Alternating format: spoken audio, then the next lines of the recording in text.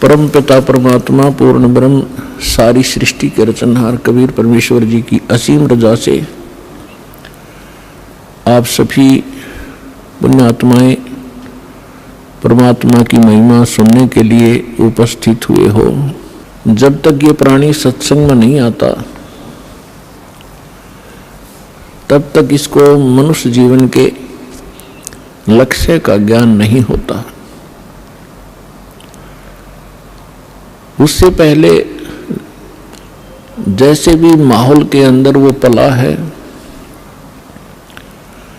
जैसी भी क्रियाएं उसने देखी और सुनी है, जो भी ज्ञान उसको ग्रहण है, उसी को अंतिम मानकर और निश्चिंत होकर के अपने जीवन सफर पर चल रहा होता है। क्योंकि आसपास के क्षेत्र में वही क्रियाएं होती हैं, वही ज्ञान होता है और वही सब भक्ति मार्ग होता है।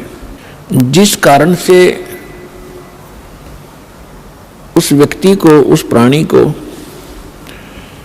कोई संदेह नहीं होता, शंका नहीं होती कि जो क्रिया और जो साधना, जो परंपरा, जो रीति रिवाज मैं कर रहा हूँ, ये करने की नहीं है। वो यही सोच कर रहा होता है कि सभी कर रहे हैं तो ये सारी ठीक होंगी। कोई बकरीद मनाता है या कोई देवी पर बलि चढ़ाता है तो सभी अपनी क्रियाओं को सही मान रहे होते हैं। तो इसलिए सत्संग की आवश्यकता होती है। सत्संग के अंदर परमात्मा का विधान बताया जाता है। परमात्मा के विधान को तोड़ने वालों को होने वाली हानि से अवगत कराया जाता है, परिचित कराया जाता है। और जो मर्यादा में रहकर साधना करते हैं उनको क्या बेनिफिट होगा वो भी बताया जाता है। तो इसलिए सत्संग की विशेष आवश्यकता है। हमने सत्संग मान रखा था कि संत कोई हो,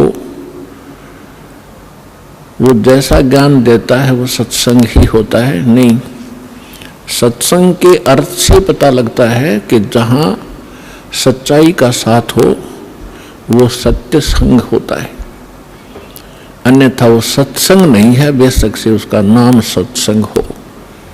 तो वर्तमान के अंदर आज तक उन महापुरुषों को छोड़कर जिनको भगवान मिले, उनकी अमृतवाणी के अंदर सत्संग है, या स्वयं परमेश्वर ने आके जो ज्ञान दिया वो सत्संग है। हमारे सदग्रंथों के अंदर सत्संग है। और उन सदग्रंथों से हटकर उन महापुरुषों की वाणी से भिन्न कोई ज्ञान देता है, सत्संग करता है, वो डुप्लीकेट है।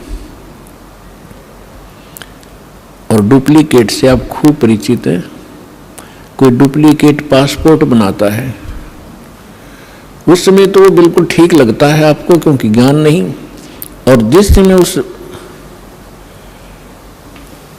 पासपोर्ट की आवश्यकता पड़ेगी वहां पता चलेगा तो उस समय वो यूजलेस होगा, आपका सारा जीवन व्यर्थ हो चुका होगा। तो यहाँ आपको पूरे जीवन में या तो सत्संग से आप अपने उस पासपोर्ट को यानी अपने ज्ञान और साधना को सत्संग से ही तुलना कर सकते हो। सत्संग से उसको कंपेयर किया जा सकता है कि मेरा ज्ञान ठीक है, मेरी भक्ति ठीक है या नहीं है। अन्यथा फिर आपको उस समय पता चलेगा जब आप धर्मराज के दरबार में खड़े होगे। उस समय आपका वो डुप्लीकेट नाम, डुप्लीकेट ज्ञान और वो डुप्लीकेट गुरु कुछ काम नहीं आएगा। उस समय बहुत देर हो चुकी होगी। तो इसलिए पुण्यात्माओं सतर्क हो। बहुत जन्म खो दिए आपने इस बांग के बाड़े, नकली संतों के पास।